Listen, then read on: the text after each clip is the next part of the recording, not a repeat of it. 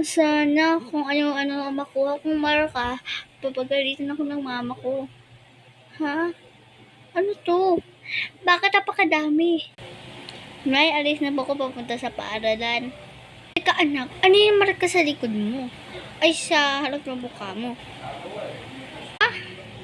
Anong marka na? Ito ba? Sabi, hindi ko naman alam na marka to eh. Sige, pasok na. Hi, Bes. Ito pala yung marka ko. Bakit? Ha? Bes, tanggalin nyo yun sa ano mo. Dapat, walang ganyan. Hindi pa square. Dapat naka-L ka. Tandaan mo. Kailangan nakaganito ka. Kailangan ko to ayusin. Yan ang natatanggal to ah.